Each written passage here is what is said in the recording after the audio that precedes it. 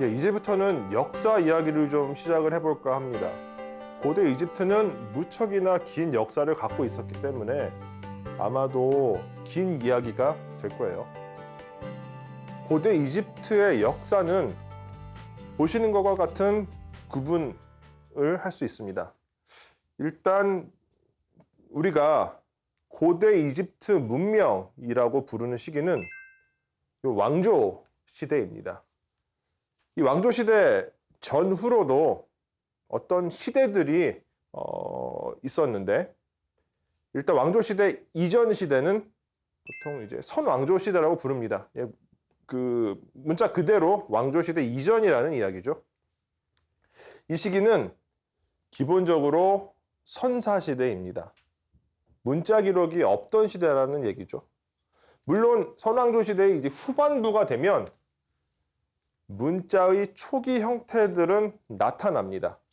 하지만 기본적으로는 이제 정확한 문자 기록은 없었던 시대로 생각을 해두시면 좋을 것 같고요. 또 한 가지, 이 선왕조 시대는 신석기 시대이기도 합니다. 역시 이 시기의 후반부가 되면 이제 금속들이 나타나기는 해요. 하지만 기본적으로는 신석기 시대였죠. 그리고 혹시나 해서 또 말씀을 드리자면 고대 이집트 문명은 청동기 문명이었습니다.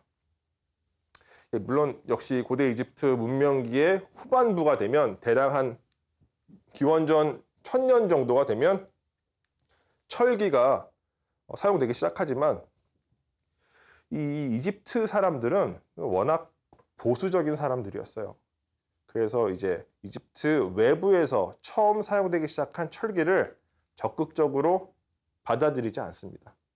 그것이 훗날 고대 이집트 문명이 몰락하는 하나의 배경으로 작동하기도 했었죠. 그리고 이집트 문명이 끝나면 이제 로마 시대가 이어집니다. 이 로마 시대는 이집트가 로마 제국의 영토로 편입되어 있던 시대를 뜻합니다. 이집트에서는 더 이상 독립왕조가 존재하지 않고 로마의 통치를 받았지만 고대 이집트 문명은 워낙 그 문화적으로 월등했던 문명이었기 때문에 정치적으로 이제 로마의 지배를 받는 이 시기에도 여전히 고대 이집트 문화는 재생산이 됩니다. 그 고대 이집트 문화를 끝장낸 문화, 바로 기독교 문화죠. 서기 391년경이 되면 이제 로마에서 그 기독교의 국교화를 시작합니다. 그 과정에서 로마 황제는, 이때의 황제는 테오도시우스인데, 테오도시우스는 제국 내, 로마 제국 전역 내에서 기독교 이외의 종교 의례를 다 중지시켜버리죠. 고대 이집트 문화가 재생산될 수 있는 어떤 원동력이 완전히 사라져버렸다.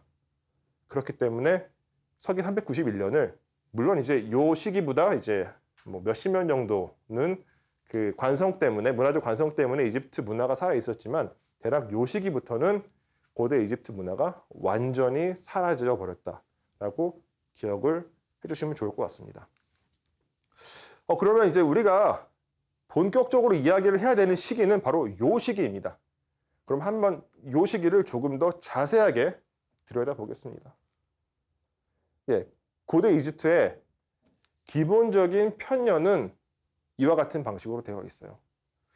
보시기에 아마 복잡하실 텐데 몇 가지 원리만 이제 기억을 해두시면은 이제 이해하시는데 그렇게 어렵지는 않을 겁니다. 첫 번째, 중요한 시기들은 다 왕국 시대입니다. 고왕국, 중왕국, 신왕국. 이 시기는 이집트가 통일되어 있던 시기예요. 그리고 이집트를 포함한 근동 지역 전체에서 이집트가 아주 큰 영향력을 발휘하던 시대입니다. 그러니까 지역의 패권을 장악하고 있던 시대라고 생각을 하시면 될 것 같아요. 그리고 이 왕국기 그 중간중간에 로마 숫자로 1, 2, 3을 써놨는데 이 시기는 중간기입니다. 이집트가 분리되어 있던 시기라는 얘기죠. 통일이 되어 있지 않던 시기입니다. 그래서 이제 보통 이제 제1중간기, 제2중간기, 제3중간기라고 부릅니다. 그리고 이 왕국기 전체 시대보다 그 앞서서 존재하고 있는 초기 왕조 시대는 이집트가 통일이 되기는 했지만 완벽한 중앙 집권을 이루지는 못했던 시기입니다. 그리고 요 제3중간기 이후에 오는 말기 시대 역시 이집트가 통일되어 있던 시기입니다. 하지만 이 이집트는 더 이상 이 근동 지역 전체에서 패권을 장악하지 못했어요. 일종의 동네북이 됩니다. 메소포타미아 지역에서 그 성장했던 여러 제국들한테 점점 더 침략을 받게 되죠. 아시리아나 페르시아 이런 제국들이 대표적입니다. 그리고 말기 시대 이후에는 그리스 계통의 그 인물들이 이집트의 지배계층이 되었던 프톨레미 혹은 프톨레마이오스 시대가 이어집니다. 이 시기를 시작한 인물은 바로 알렉산드로스 혹은 알렉산더, 그러니까 마케도니아 출신의 인물이죠. 이와 같은 시대들은 여러 개의 왕조로 구분이 되어 있습니다. 아마 이쯤 되면 좀 복잡해지셨을 거예요. 사실 이 왕조 구분은 현대 이집트 학자들이 사용하고 있는 편년의 어떤 내용이긴 하지만 그다지 논리적인 구분은 아닙니다. 나름의 논리는 있어요. 거의 대부분의 이 왕조들은 그 왕실의 그러니까 왕을 배출하던 가문이 바뀌게 되면 왕조를 바꿔서 기록합니다. 하지만 그 원칙이 언제나 적용되는 건 아니에요. 예를 들자면 17왕조와 18왕조는 같은 가문입니다. 다만 신왕국, 그러니까 이집트가 통일된 시점을 기점으로 17왕조를 18왕조라고 그냥 부르는 거죠. 반면에 중왕국을 세운 11왕조는 사실 요 제1중간기 시대 때부터 있었던 왕조입니다. 그런데 여기서는 구분하지 않죠. 이런 식으로 이 왕조의 구분은 그렇게 논리적이지는 않습니다. 그냥 개략적으로만 기억을 해두시면 좋을 것 같아요. 이집트의 역사는 매우 깁니다. 그러니까 현대인의 상식으로는, 현대인의 인식 체계로는 이해하기 힘들 정도로 깁니다. 간단하게 예를 들어서 설명을 해드리자면 클레오파트라는 고대 이집트 문명의 마지막 파라오입니다. 대략 기원전 30년경에 사망한 것으로 알려지고 있습니다. 지금 이 순간 2020년으로부터 클레오파트라까지의 시간적인 거리는 2000년 정도가 되죠. 정확히 하자면 2050년 정도가 됩니다. 그런데 같은 이집트 문명에 속하는 기자의 피라미드, 대표적으로는 대피라미드가 있죠. 대략 기원전 2550년경에 세워졌는데 클레오파트라부터 그 피라미드까지의 시간적인 거리는 2500년입니다. 그러니까 오늘부터 클레오파트라까지의 시간적인 거리보다 클레오파트라와 기자 피라미드, 이집트 문명의 시발점까지의 거리가 훨씬 더 길다. 이 정도 되면 고대 이집트 문명이 얼마나 오랫동안 유지된 문명인지 아마 감각적으로 이해하실 수 있을 것이라 생각이 됩니다. 그러니까 이집트 학자들은 농담 삼아서 이런 식으로 얘기를 해요. 클레오파트라는 꽤 최근 사람이다. 그러면 최초의 파라오는 누구인가? 라는 질문으로 고대 이집트 문명 첫 번째 단계에 대해서 말씀을 드리겠습니다. 후보는 3명이 있어요. 나르메르, 메네스, 호르아하. 이 가운데서 나르메르라고 하는 인물은 고고학적으로 잘 확인이 됩니다. 고고학적으로 확인된다는 얘기는 이 사람의 이름이 쓰여져 있는 유물들이 확인이 된다는 얘기예요. 심지어는 이집트에서뿐만이 아니라 현재 팔레스타인 남부 지역에서까지 이 나르메르의 이름이 적혀져 있는 유물들이 발견이 됩니다. 반면 메네스는 유물로서는 잘 확인이 되지 않습니다.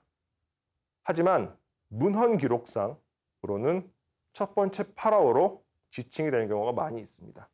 이 호르아하라는 인물은 메네스와 동일인일 수도 있지만 한편으로는 후계자일 수도 있는 인물입니다. 예, 지금 보고 계시는 이 유물은 나르메르 팔레트라고 하는 석판입니다.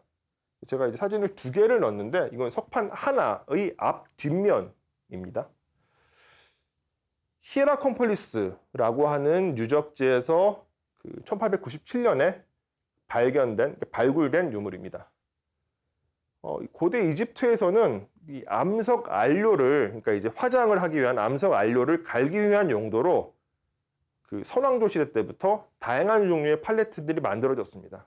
이제 그 과정, 그 역사 과정 속에서 만들어진 유물로 추정이 되는데, 일단 규모가 상당히 크기 때문에 그 실제로는 사용이 되지 않았을 가능성이 높습니다. 여기서는 이제 요 석판에 이제 새겨져 있는 부조들이 잘 보이시지 않을 것 같은데, 요 도면을 한번 보시죠. 이 석판에는 나르메르의 이름이 쓰여져 있습니다. 여기에 보시면 메기 모양 글자와 끌 모양 글자가 있는데 나르메르라고 읽습니다. 뜻은 성난 메기입니다. 반대편에도 똑같은 이름이 쓰여져 있죠. 이 석판에는 이집트가 최초로 통일되던 시점에 어떤 일이 있었는지를 짐작하게 해주는 그림들이 그려져 있습니다. 간단하게만 설명을 드리겠습니다. 가장 큰 인물은 파라오입니다. 이 파라오는 상이집트의 왕관을 쓰고 있죠. 하얀색 왕관입니다. 요 왕관. 그 뒷면에는 역시 파라오가 그려져 있는데 여기에서는 하이집트의 왕관을 쓰고 있습니다. 하지만 상이집트의 파라오와 하이집트의 파라오는 크기가 다르게 그려져 있어요. 모두 다 나르메르인 것은 맞지만 크기는 다르게 그려져 있습니다. 또한 앞면에 있는 이 상이집트의 파라오는 누군가를 이렇게 때리는, 누군가의 머리를 잡고 곤봉으로 내리치는 포즈를 취하고 있는데, 여기에서 파라오한테 머리가 잡혀 있는 사람은 아마도 하이집트의 사람들일 것으로 추정이 됩니다. 근거는 이 위에 있는 그림입니다. 매가 한 마리 그려져 있죠. 이 매는 호루스를 상징합니다. 파라오를 상징한다고 할 수 있고요. 이 매가 어떤 꼬챙이를 가지고 어떤 사람의 얼굴, 코를 꿰가지고 이렇게 괴롭히고 있습니다. 그런데 이 사람 등에 꽂혀 있는 이 식물들을 한번 봐주세요. 파피루스입니다. 파피루스는 하이집트의 상징이죠. 그렇기 때문에 이 나르메르 팔레트는 상이집트에 의한 하이집트의 정복, 그리고 그로 인한 어떤 통일을 묘사하고 있는 작품으로 이해하셔도 될 것 같습니다. 여기에서 이 파라오가 자신의 적을 내리치고 있는 이 장면은 이집트 역사 내내 지속적으로 재사용됩니다. 그러니까 이집트 문명은 무척이나 오랫동안 지속된 문명인데, 그럼에도 불구하고 물론 한편으로는 이제 그것이 주요한 어떤 동인이 되었겠지만 무척이나 보수적인 문명이었습니다. 뭐가 하나 생기면 잘 안 바뀌어요. 지금 보고 계시는 이 사진은 투트모스 4세의 팔보호대입니다. 대략 기원전 1400년경에 만들어진 유물이죠. 역시 파라오가 누군가의 머리를 잡고 내려치는 포즈를 취하고 있습니다. 아까 보셨던 그 나르메르 팔레트로부터는 대략 한 1700년 정도 지난 후에 유물입니다. 이것은 메디넷 하브에 있는 람세스 3세의 장례신전 탐문의 부조입니다. 여기에서도 거의 같은 방식으로 묘사가 되어 있습니다. 파라오는 상이집트의 왕관을 쓰고 있죠. 그리고 상당히 많은 숫자의 적들의 머리를 한 번에 붙잡고 곤봉으로 내려치려는 포즈를 취하고 있습니다. 그리고 이 파라오의 앞에는 아멘신이 서 있습니다. 이것은 이제 포로들을 잡아가지고 신한테 제물로 바친다. 그 정도의 의미를 띠는 장면입니다. 역시 반대편에도 같은 모티브의 부조가 그려져 있습니다. 단 여기에서는 파라오는 하이집트의 왕관을 쓰고 있고 파라오 앞에 있는 신은 라 호르아크티, 그러니까 라 신입니다. 이 라 신은 이 헬리오폴리스라고 하는 지역에서 주로 숭배가 되었는데 이 헬리오폴리스는 하이집트에 있습니다. 그렇기 때문에 그에 걸맞게 파라오가 하이집트의 왕관을 쓰고 있는 것이죠. 이 모티브는 훨씬 더 뒤늦은, 훨씬 더 오랫동안 사용이 됩니다. 지금 보고 계시는 이 장면은 휠라의 섬에 있는 이시스 신전의 탑문인데 나르메르 팔레트로부터는 거의 3,000년 정도가 지난 이후에 세워진 신전이라고 할 수가 있죠. 그런데 역시 같은 모티브가 사용이 됩니다. 그만큼 이집트 문명은 뭐 하나에 꽂히면 끊임없이 그 모티브를 사용하는 문명이었습니다. 마네토에 대해서 좀 말씀을 드리겠습니다. 이 마네토는 고고학적 유물로는 사실은 잘 확인이 되지 않습니다. 그런데 역사 기록에서는 첫 번째 파라오로 기록되는 경우가 많이 있습니다. 대표적인 기록은 기원전 3세기에 쓰여진 이집트의 역사라는 기록입니다. 한번 읽어보겠습니다. 티니스 출신의 메네스는 7명의 반신을 계승했다. 티니스는 이집트, 이제 상이집트에 있는 도시입니다. 7명의 반신이라는 것은 이 파라오들의 역사 이전에 있었던 일종의 반쯤은 신화적인 시대의 역할을 하던 신적인 존재들입니다. 헤로도토스가 맹이라고 부른 이 인물은 60년 동안 왕위에 있었다. 어떤 기록에서는 30년이라고도 하고 어떤 기록에서는 62년이라고 쓰여져 있기도 합니다. 그는 해외 원정을 떠나기도 했고 승리하여 명성을 얻었다. 그러나 하마에 의해서 죽임을 당했다.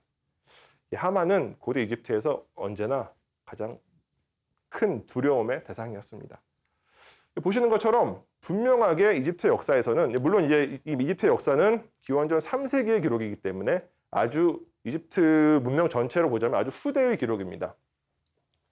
하지만 이 시기에 이제 마네토라는 인물은 아마 이전 시대의 역사 기록들을 볼 수 있었을 것이고 그것들을 인용해서 아마 이런 방식으로 그 역사 기록을 남겼던 것 같습니다.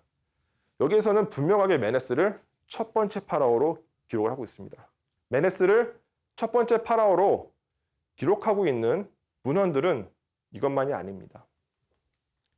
아비도스에 있는 그 세티 1세의 신전에 그 벽면에 그려져 있는 기록인데 현대학자들은 이 기록을 아비도스 왕명표라고 부릅니다.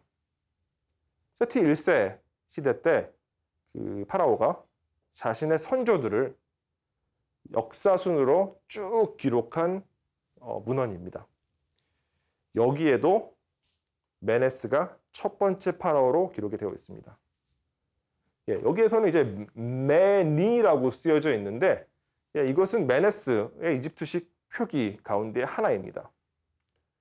분명히 카루투시라는 왕의 이름을 쓰는 형식으로 이름이 쓰여져 있죠. 타원형 프레임을 의미합니다. 이 이외에도 이 토리노 왕명표라고 이름이 붙여져 있는 기록에도 메네스는 첫 번째 파라오로 기록이 되어 있습니다. 이것은 이제 토리노 파피루스의 일부만을 이제 제가 표현해 놓은 곳인데 여기에 그 주황색으로 표시한 부분에 역시 메니라고 쓰여져 있습니다. 이 기록은 이제 람세스 2세 시대의 기록이고 현재 이탈리아의 그 토리노 이집트 박물관에서 소장 중에 있습니다. 그 파피루스의 그 히에라틱이라고 불리는 일종의 필기체로 쓰여진 기록입니다. 그런데 이 메네스는 어찌된 이유에선가 그 동시대의 유물이나 기록을 통해서는 확인되지 않습니다. 제가 지금 보여드렸던 이 모든 기록들은 메네스보다 훨씬 더 후대의 기록이죠. 다시 말해서 메네스가 실제로 살아있던 시대 혹은 그 시대의 직후 유물이나 기록에서는 메네스가 확인되지 않습니다. 확인되는 경우가 하나 있습니다.